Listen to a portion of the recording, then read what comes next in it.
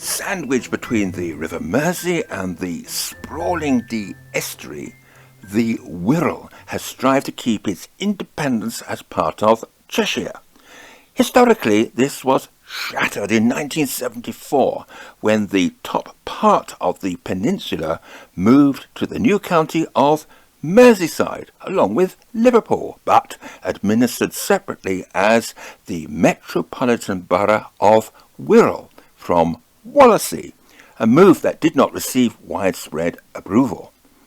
This segment of Wirral has more rural areas than Liverpool in Merseyside over the river.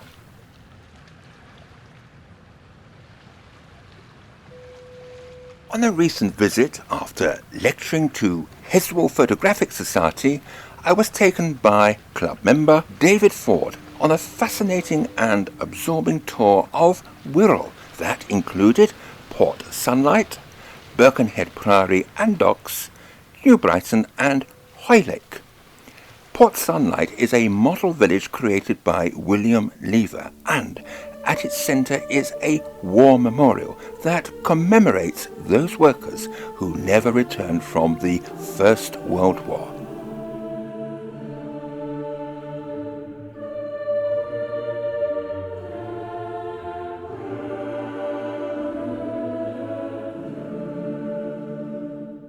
St Mary's Tower, originally part of Birkenhead's first parish church, plus a chapel, are two survivors of the Birkenhead Priory ruins, the oldest standing building on Merseyside. Many steps take the visit to the top of the tower for extensive views across the Mersey to Liverpool, the Anglican Cathedral clearly in view. The docks today may be a shadow of their former past, but at Duke Street, a working rolling lift bascule bridge survives, and we were fortunate to witness it in action.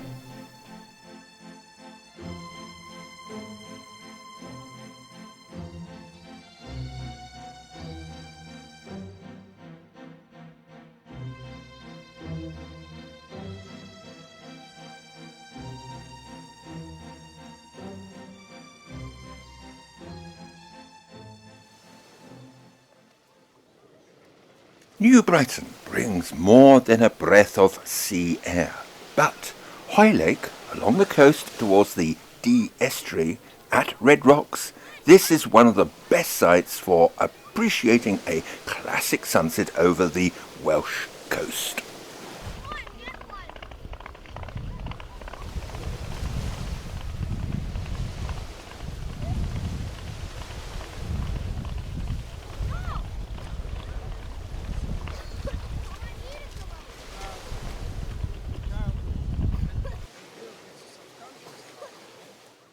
We all occasionally make mistakes, don't we?